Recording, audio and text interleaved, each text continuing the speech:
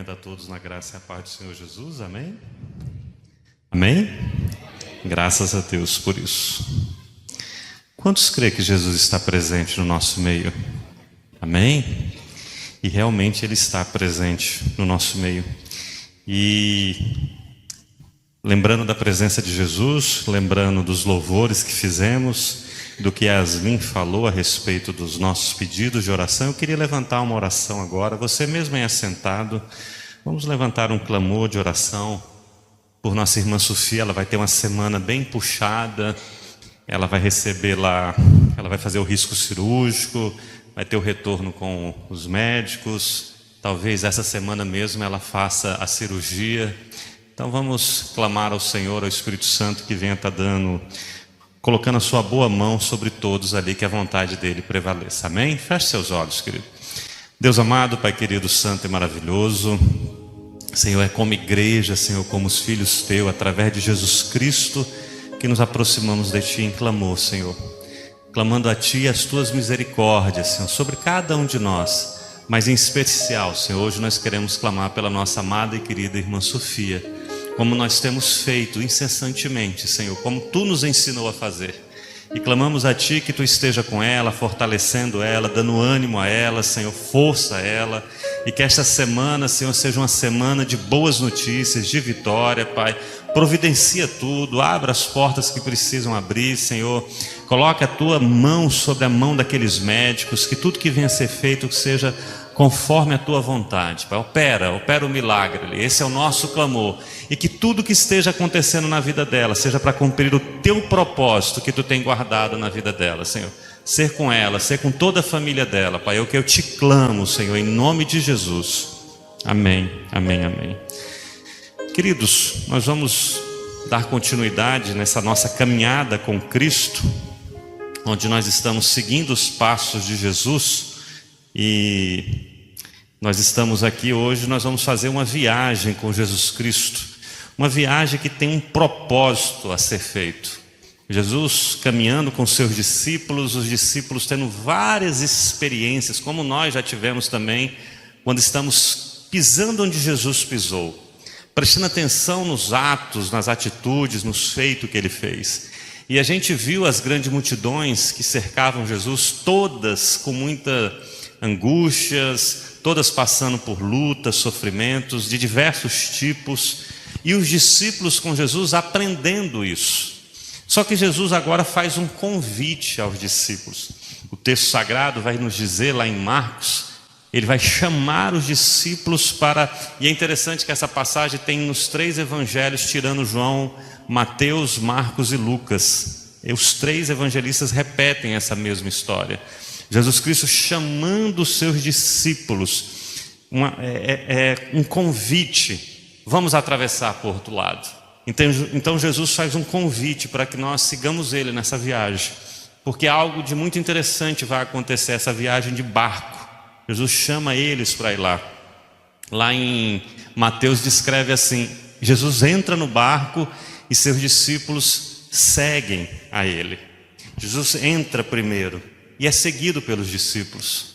Jesus faz esse convite, Ele entra daquele barco e os discípulos vão seguir. E em Lucas diz assim, certo dia Jesus disse aos seus discípulos, vamos para o outro lado do lago. Eles entraram num barco e partiram para essa viagem.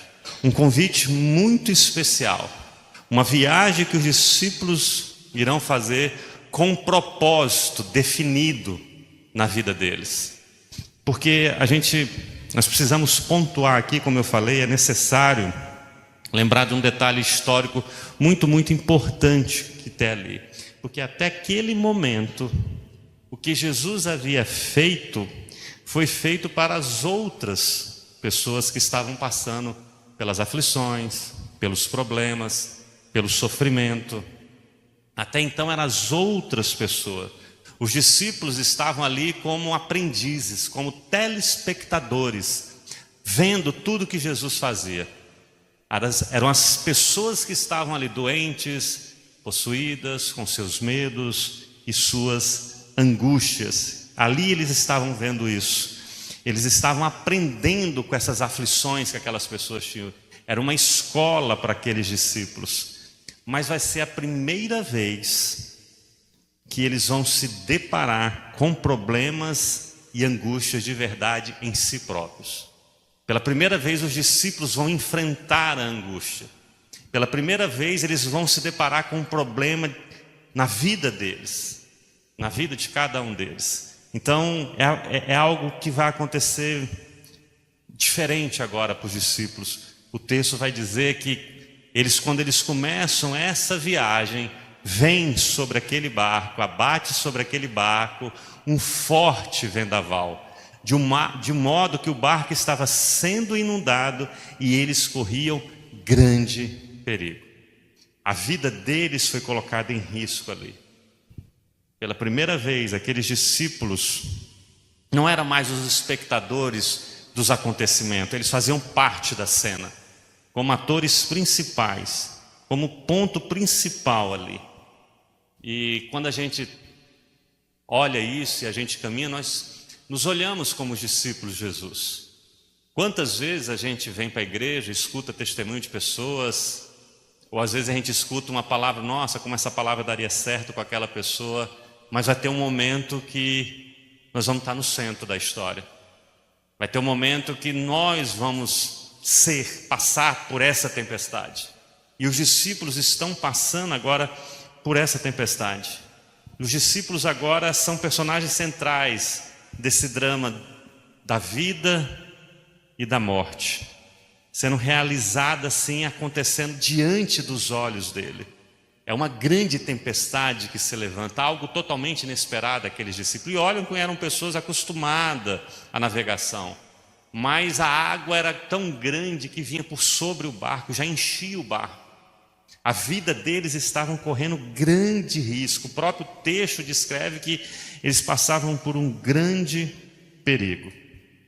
Pela primeira vez, os discípulos teriam que exercitar agora a sua fé em Cristo. Eles viram as pessoas exercitando a sua fé, amigos tendo fé por outras pessoas. Eles pregaram sobre esta fé, mas agora eles se deparam com uma situação ao qual eles vão ter que exercer essa fé em Jesus Cristo. Pela primeira vez eles teriam que olhar para Jesus e ver nele o Salvador literal de suas vidas. Não era mais alguém que estava ali, não, Jesus Cristo é a salvação nossa. Eles teriam que olhar para Jesus e ter esse foco, olhar com isso. Uma grande lição estava para acontecer na vida daqueles discípulos. Diante daquela tempestade imensa que se levantava, o medo toma conta do coração deles. E o texto sagrado vai nos contar que Jesus estava na popa e ele dormia com a cabeça sobre um travesseiro. Você imagina o barco sendo inundado e Jesus Cristo, em meio a essa tempestade, com a cabecinha no seu travesseiro, dormindo. Os discípulos o acordaram e clamaram: Mestre, não te importa que morramos? Em algumas tradições, não te importa que pereçamos? E é muito interessante o que está acontecendo ali, porque não é demérito dos discípulos terem ido acordar Jesus Cristo. Não foi falta de fé, ao contrário, foi o exercício da fé que fizeram ir até a Jesus.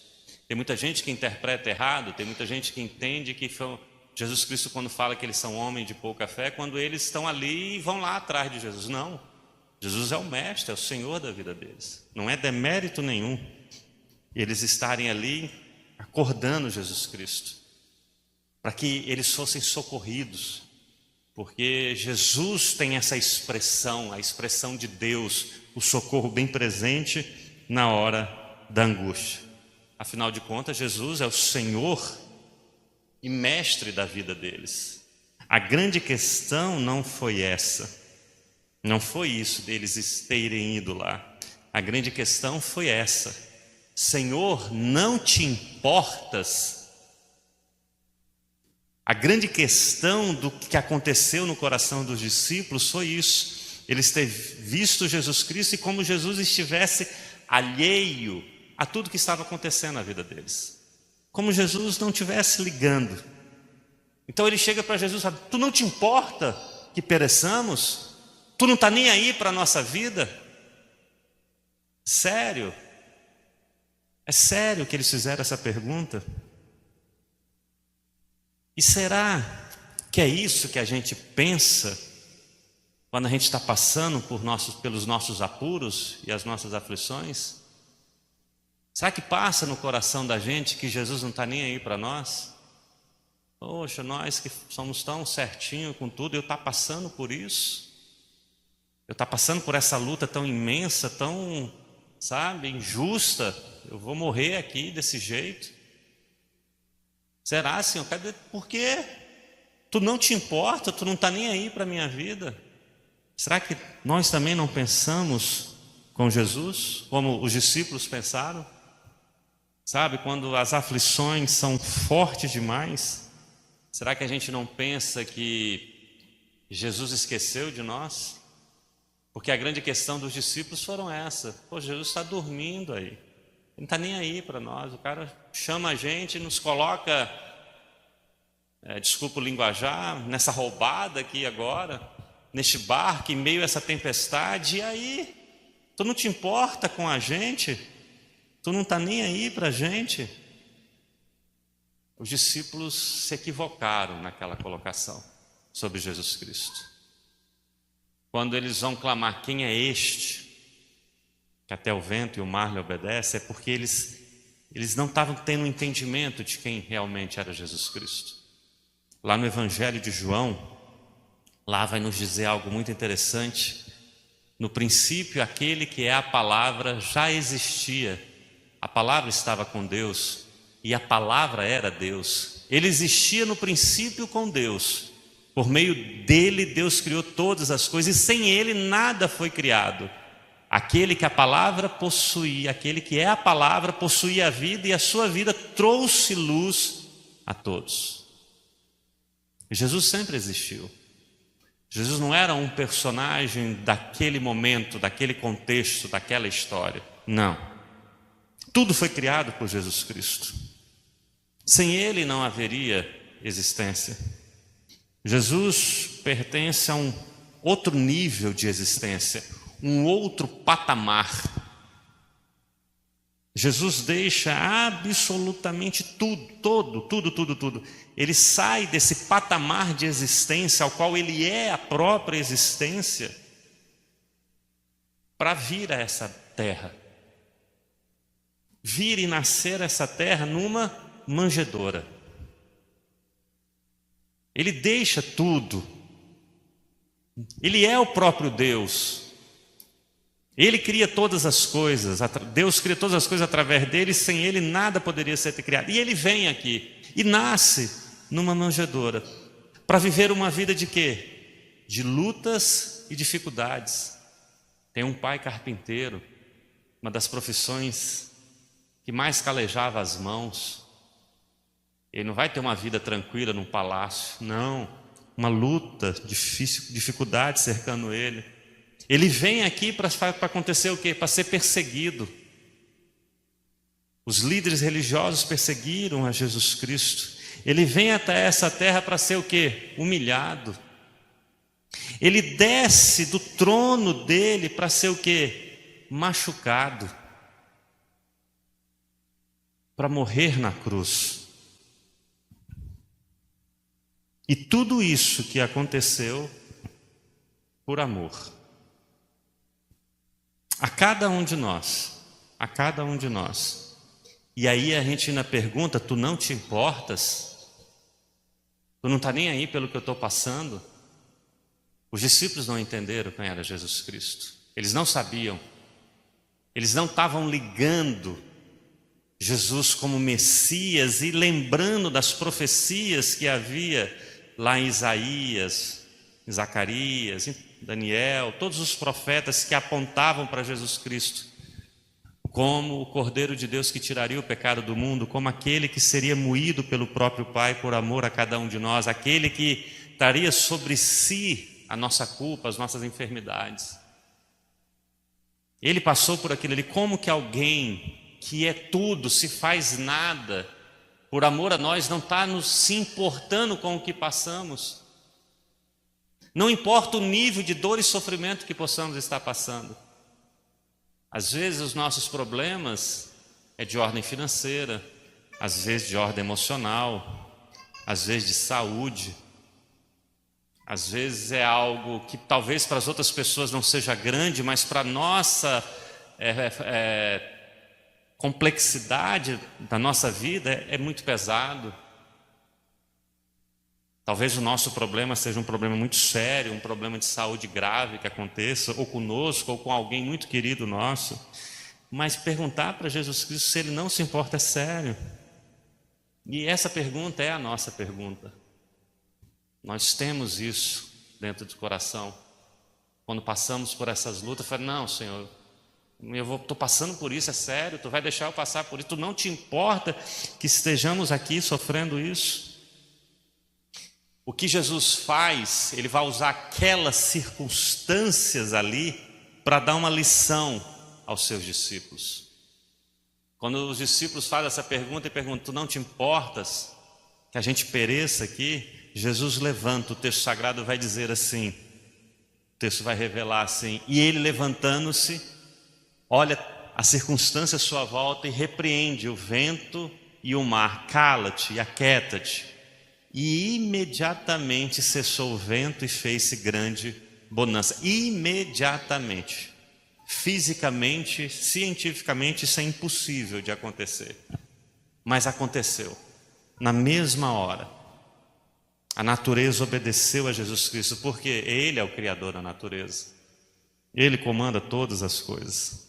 E Ele traz uma lição de autoridade, mostrando aos discípulos que Ele tem autoridade absoluta sobre tudo nessa vida, sobre absolutamente tudo. Será que os discípulos sabiam disso? Será que os discípulos tinham entendimento de quem era Jesus Cristo? Então, Ele pergunta aos discípulos, por que vocês estão com tanto medo? Vocês ainda não sabem quem eu sou? Vocês ainda não acreditaram? Não têm fé? Que eu sou quem digo que sou? Ainda não tem fé? Por que o medo ainda toma conta dos nossos corações quando as tempestades se levantam? Quando as dificuldades se levantam sobre as nossas vidas? Por quê? Por que ainda a gente é tomado de tanto medo? A gente ainda não tem fé sobre essas coisas? Nós não cremos que Jesus Cristo realmente é o Filho de Deus, o Messias prometido? Eles não entendiam o propósito que Jesus Cristo tinha sobre as suas vidas, o propósito da própria vida de Jesus Cristo. Então, quando os discípulos fazem essa pergunta, tu não te importas? Eles não estavam entendendo quem é Jesus Cristo. Talvez quando nós nos reunimos e isso muito impulsionado por às vezes não andarmos junto com Jesus, é por isso dessa proposta de caminharmos junto com Jesus, seguir os passos dele, porque nos é apresentado, a gente chega aqui com as nossas queixas e Jesus Cristo tem que resolver todas elas e nós não entendemos quem é o Jesus. Quem é aquele que absolutamente deu a sua própria vida na cruz, por amor a nós. Não usurpou querer ser igual a Deus, ao contrário, se fez como o menor, servo. E às vezes a gente esquece isso, esse amor de uma tal maneira inexplicável. Então a gente não, é por isso que muitas das vezes a gente não chega com gratidão, é sempre com murmuração, porque é fácil louvar a Deus e glorificar a Deus quando não está doendo nada, quando está dando tudo certo, quando a doença foi curada.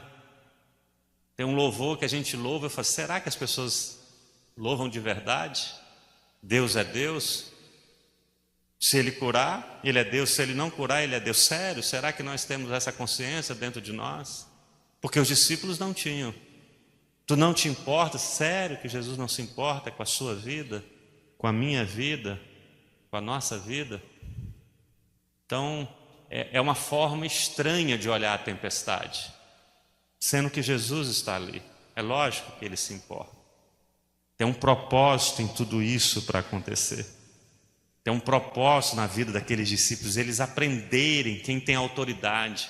Muitas das vezes as aflições da nossa vida, as lutas, é para a gente reconhecer quem é Deus na nossa vida, quem é Jesus Cristo na nossa vida. De onde vem realmente a nossa força? Como Paulo diz, eu aprendi a ter muito e a ter pouco. Por quê? Porque tudo posso e quem me fortalece é Deus. Então, às vezes, nós fazemos como os discípulos. Mas o interessante dessa tempestade, eles estarem passando por aquelas aflições, a lição maior ainda está por vir. E talvez, em muitos de nós, as lutas, as dificuldades que a gente passa, a lição maior ainda está por vir. A grande lição que eles teriam que passar estava do outro lado da margem. Estava lá do outro lado. O texto sagrado nos diz que eles atravessaram o mar e foram para a região dos Gerazenos. Em algumas outras linguagens, Gadarenos, Gerasa, Gadara. Um local distante, isolado. Uma cidade que vivia no pecado. Aonde tinha templos de adoração, onde se vivia, se louvava o pecado. O pecado toma um lugar de violência, de pessoas más. Lembre-se que deste local Jesus Cristo teve que sair porque as pessoas queriam matá-lo, jogar ele, tirar a vida dele e dos seus discípulos. Então, eles vão para esse lugar, uma região esquecida, violenta, cheia de pecado. Os discípulos arriscaram a sua vida para ir para este lugar, para libertar alguém que viveu a sua vida inteira no pecado. Eis a grande lição que Jesus Cristo vai trazer aos discípulos. Eis a grande lição que cada um de nós precisa aprender quando caminhamos com Jesus. As aflições que vêm sobre a nossa vida, ela tem um propósito muito bem direcionado para cada um de nós. Porque a gente fica preocupado, não te importa que eu pereça, isso você não sabe, isso aqui não tem nada, a morte ainda mexe muito com a gente. Para Deus, morte não é problema. Esse sofrimento que a gente passa, isso não é problema, porque tudo isso vai passar. Paulo diz que morrer é o que para nós? Lucro. Então a morte não é problema, não é essa a questão. A questão é o viver. Se viver para nós é Cristo. E tem um propósito nessa nossa vida, não é em nós mesmos. Deus vai te curar ou fazer você passar por essa tempestade, não é para você ficar aliviado, deixar de sentir dor, não. Deus vai fazer o teu negócio prosperar financeiramente, não é para você viver no conforto. Deus vai te dar condição para você comprar comida, não é para você viver comendo banquete, viver numa vida regaladamente, vestindo-se de linho de púrpura. Não, tem um propósito, talvez na sua porta, talvez do outro lado da margem. E muitas das vezes nós vamos passar por essa coisa difícil, essa luta imensa, para libertar alguém que está precisando. As nossas lutas passam por isso. Olha o que o texto diz: quando Jesus desembarcou, um homem com um espírito imundo veio dos sepulcros ao seu encontro. Olha a recepção que eles tiveram. Olha a recepção que eles passam, recebidos por um prisioneiro de Satanás. Alguém que tinha uma legião de demônios sobre ele. Eles atravessam tudo aquilo, eles arriscaram a vida para ir para este lugar, para essa pessoa que teve uma vida cheia de pecados. Por isso a porta escancarada para uma legião de demônios. E eles são recebidos por essa pessoa. E o texto sagrado vai nos colocar, olha só que interessante. E esse homem morava entre as cavernas, usadas como túmulo, e ninguém conseguia detê-lo, nem mesmo com correntes. Sempre que era acorrentado e algemado, quebrava as algemas dos pulsos e despedaçava as correntes dos pés. Ninguém era forte o suficiente para dominá-lo. Era esse cidadão que foi ali receber a Jesus Cristo. E o texto sagrado diz que de noite e de dia ele andava gritando, cortando-se em pedras entre os sepulcros e nas colinas. Olha a vida desse cidadão. E olha só que lição absurda que aqueles discípulos eles se deparam com essa situação. Os discípulos perguntaram para Jesus: tu não te importa que pereçamos? Perecer? Sério que vocês estão perecendo? Dentro de um barco, com o dono, aquele que criou todas as coisas junto com vocês? O próprio Deus no barco com vocês? Vocês acham que estão passando por dificuldade? Agora eles estão vendo literalmente quem está perecendo, quem está passando por luta. Um homem maldito, esquecido e solitário. Os discípulos agora realmente veem o que é sofrimento, o que é luta, o que é perecer. Às vezes nós olhamos e reclamamos e murmuramos porque a gente não atravessa do outro lado, porque a gente se acomoda na nossa vidinha. E o convite de Jesus é: entra, vamos atravessar para o outro lado, vamos ali olhar a realidade. Você está achando que você tem luta e sofrimento? Eu não consegui, meu negócio não está vendendo, não sei o que, não está vendendo por quê? O que está te faltando? Como é que é o teu guarda-roupa? Você anda a pé, descalço? Você come só uma vez por dia? Aí de repente se apresenta uma pessoa que de noite e de dia gritava, porque uma legião tomava conta deles. A pessoa de noite e de dia gritando e se cortando com pedras, morando dentro de sepulcros. Será que nós temos lutas? Será que a gente entende? E Jesus vai ao encontro dessa pessoa e liberta esta pessoa. O texto sagrado diz assim: quando se aproximaram de Jesus, viram ali o homem que fora possesso da legião de demônios assentado, vestido e em perfeito juízo, e o pessoal da cidade ficou com medo. Olha só, aquele que estava possuído, Jesus o libertou agora. Eles não conseguem, como assim? Agora ele está lá vestido, limpo, em perfeito juízo. Não há ninguém distante que Jesus não alcance. Não há ninguém aprisionado que Jesus não possa libertar. Absolutamente todos Jesus alcança. Ele vai aonde precisa ir. E o texto ainda diz assim: quando Jesus entrara no barco, o homem que tinha sido possuído por demônios o implorou para ir com ele. Jesus, porém, não permitiu e disse: volte para sua casa, para sua família, e conte-lhes tudo o que o Senhor fez por você e como ele foi misericordioso. Então, o homem partiu e começou a anunciar pelaquela região das 10 cidades quanto Jesus havia feito por ele. Todos se admiravam do que ele dizia.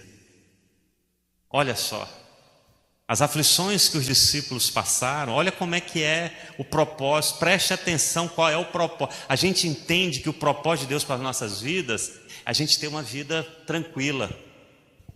Eu vou até Jesus Cristo porque Ele vai me curar, vai me libertar, e agora eu vou ter uma vida feliz. Porque Jesus quer que eu tenha uma vida feliz, bem empregado, com uma família linda e maravilhosa. Aí eu vou para o culto glorificar o nome dele. Você não entendeu o propósito. Não é esse. Esse lugar é na eternidade. Os discípulos passaram pelas aflições da tempestade, quase morreram, porque eles teriam que alcançar, atravessar naquele lugar perigoso para libertar alguém que também estava perecendo de forma terrível. Mas aquele que estava perecendo de forma terrível, Jesus o libertou, não para que agora ele fosse vivesse agora tranquilo, sentado, cheiroso e feliz. Não, para que agora ele fosse seu instrumento de libertação na vida de outros. Ninguém chamou, Jesus não libertou para a gente ser sentado aqui no banquinho, vindo só de domingo glorificar, aleluia, glória a Deus. Não, Ele te liberta, Ele te limpa, Ele te trata, Ele te cura, para que você saia, liberte, trate, cure quem precisa ser libertado, tratado e curado. E tem muitos por aí, muitos. Nós passamos por aflições para que as nossas aflições nos leve até quem precisa ser libertado. E esses que vão ser libertados estão passando pelas suas aflições para que quando forem libertados, continue. Isso é uma rede, é um caminho. O que está acontecendo é que nós estamos nos fechando, cuidando só de nós mesmos. Aí a gente vai para a igreja liberta. Não, agora vamos para tal lugar, porque eu preciso ser tratado. Não, querido, não é mais com você, porque quem cuida de você é Jesus Cristo. Você tem que ser instrumento. Você viu o irmão falando aqui? Levando. Deus usa ele para levar Bíblia para as pessoas. Outro Jesus usa para ir orar nas cadeias, nos hospitais. Outro Deus usa para que você tenha poder financeiro para alimentar quem precisa ser alimentado, para vestir quem precisa ser vestido, para dar bebida, água para quem tem sede.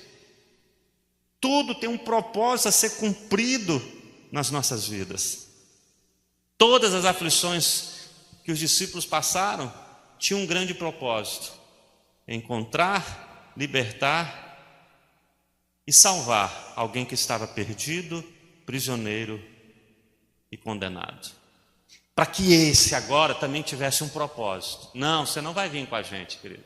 Não, você vai ficar nessa região terrível, idólatra, mas você vai agora pregar para todo mundo, porque todo mundo te conhece aqui. Você não era possuído por um demônio, você tinha uma legião. Todo mundo vai te ver, aí você vai contar o que foi feito com você. E o quanto que você pagou por isso? Nada. O tanto que você se esforçou para ter isso? Nada. Foi graça.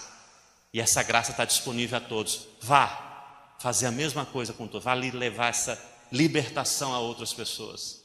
Espalhe o Evangelho. E essas outras pessoas você vai falar do mesmo jeito. E isso foi assim que a igreja, num local tão ínfimo, tão pequenininho como a Palestina, aquela região de onde Jesus saiu, crescesse e tomasse conta do mundo inteiro. Mas chegou o ponto que está se esfriando, se esfriando. É por isso que Jesus fala: será que quando eu voltar, eu vou encontrar alguém fazendo isso? Alguém com fé? Então, que lição, querido, que nós temos? Que lição absurda. Tem sempre, sempre, sempre alguém com uma dor maior. Às vezes a gente entende que a nossa dificuldade é imensa, é gigantesca, sabe? E às vezes a gente olha para isso e tenta: vou tirar minha vida, não vale mais a pena viver. Ei, chega do outro lado que você vai ver que tem alguém também passando por uma luta grande. Não é que a luta que os discípulos tiveram não foi grande. O texto sagrado diz que eles correram grande risco. O barco estava sendo inundado, mas tinha alguém muito pior lá na frente. E talvez outros muito piores do que aquele que foi liberto. Muitos. Tem sempre alguém. Tem sempre alguém precisando ser encontrado. Tem sempre alguém precisando ser tratado. Por quem? Por nós que seguimos a Jesus Cristo. Quando a gente segue os passos de Jesus, quando a gente se depara com essas situações, Jesus Cristo, a gente vai aprendendo que Jesus sempre nos convida a nunca ficarmos parados. Não podemos, sabe, querido? Se nós estamos acomodados, ei! E é interessante que tem pessoas que querem ir para um lugar para se sentir confortável naquele lugar. Você está no lugar errado. Você tem que sabe, a presença de Cristo tem que te incomodar, você tem que trabalhar. Quantas pessoas eram usadas, instrumentos por Deus, hoje estão sentadas em bancos? Não. Você está atravessando? Você está indo para o outro lado? Ou você está achando que Jesus não está te importando com a tua vida? Tem outras vidas com muita dificuldade. Lembre-se que no seu barco, você que está aqui, Jesus Cristo está dentro dele. Tem gente que não tem. Jesus morreu por você, para te dar vida e vida em abundância. Então nós precisamos entender isso, nós precisamos seguir os passos de Jesus, porque tem sempre alguém sofrendo, esperando ser encontrado por você, por mim, pela igreja. Tem sempre, querido, sempre, sempre. Nós não podemos fazer como aquele cidadão que tinha uma vida, ia para a sinagoga, louvava, glorificava, e era uma vida tranquila. Vivia de forma regalada, festa todos os dias.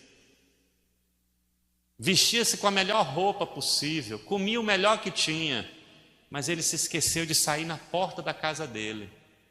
Ali tinha alguém querendo comer só das migalhas que caíam da mesa dele, mas só tinha cachorro para lamber a ferida dele. Só tinha os cachorros ali, tão perto dele. O texto sagrado, quando revela essa situação que vai levar um para o céu e outro para o inferno, deixa assim na porta da casa, para mostrar a proximidade. Como que nós não estamos nos aproximando de quem precisa, sabe? A gente precisa entender o propósito de Deus nas nossas vidas. Quando Jesus nos salva, nos tira do lamaçal do pecado, é para que a gente agora faça parte desse grupo que também vai tirar. Se vocês crerem em mim, vocês farão obras ainda maiores. Ainda maiores. Então, irmão Sebastião, continue distribuindo. Se o senhor distribui 100, lute para distribuir 200. Nunca se contente. Se você viu o testemunho de uma pessoa, lute para que amanhã você veja de outra pessoa. Assim precisamos fazer, assim precisamos evangelizar. Todos os cultos eu coloco, evangelize, convide alguém, porque tem alguém precisando, tem alguém precisando, tem alguém querendo. Nós precisamos fazer, não podemos ficar parados, quietos aqui. Sabe, quando a gente tem a quinta do irmão, que é um culto evangelístico, fora de igreja, numa casa, onde lá tem um lugar que depois a pessoa, para se sentir bem. A última quinta que eu fiz deu 4 pessoas. E as 4 ninguém levou um convidado. E a quinta, dos 17 anos que ela tem, eram as pessoas indo e levando mais gente, indo e levando mais gente. A gente se acomodou. A gente se acomodou, ninguém quer mais fazer isso. Sabe como é que é hoje, no meio religioso? É pescando em aquário. As igrejas que crescem hoje, crescem tirando membros de outras igrejas. Mas as pessoas continuam, os pecadores, as pessoas perdidas continuam por aí. Ninguém vai atrás. Todo mundo quer subir montanha, mas ninguém quer ir para o monte. Ninguém quer ir para os presídios. Ninguém quer ir para os socorrões da vida. Ninguém quer atravessar, porque nessa travessia tem tempestade. Tem tempestade para a gente enfrentar. Mas nós não vamos estar sozinhos, Jesus vai estar conosco, porque tem alguém precisando. Tem alguém precisando ser encontrado. É isso que nós aprendemos quando andamos com Jesus, quando a gente segue os passos de Jesus. Isso não é teologia, isso é a vida que Jesus nos ensinou. É só Bíblia, pura, simples. Não é uma interpretação minha de entendimento. É como Jesus quer para as nossas vidas. Então que a gente seja desperto, que a gente entenda. Senhor, cumpra-se o propósito da minha vida. Se, por exemplo, nós temos aqui, escutamos o testemunho do Zé Filho, contando que enfrentou um câncer, Deus deu vitória para ele, mas não foi para aquele, porque Deus achou ele bonitinho, merecedor, não, porque tem propósito, para que ele dê testemunho, para que ele pregue, para que ele vá lá no perdido. É propósito que Deus tem. Porque quando a gente for levado, você acha que o quê? Nosso querido e amado irmão Osmaí, ele foi porque ele foi o quê? Ele perdeu? Não, ele foi promovido. Ele era sargento, foi promovido a general, querido. Ei, foi para o céu. Se aqui ainda estamos, é porque temos coisas para fazer aqui. Não em nós mesmos. Mas infelizmente a teologia que se tem hoje é do coach, do cuidado pessoal, da prosperidade, não é do amor. É por isso que na nossa escola bíblica dominical nós estamos estudando. Não adianta a igreja fazer os movimentos que faz se não tiver o amor, e nós aprendemos o que é o amor. É ir atrás das pessoas sofrendo, crendo, suportando e jamais desistindo. A igreja precisa amar. A igreja precisa exercer isso. E que Deus cumpra o seu propósito na minha vida, na sua vida, na vida da igreja. Amém? Vamos ficar em pé e vamos orar, queridos. Vamos falar com Deus.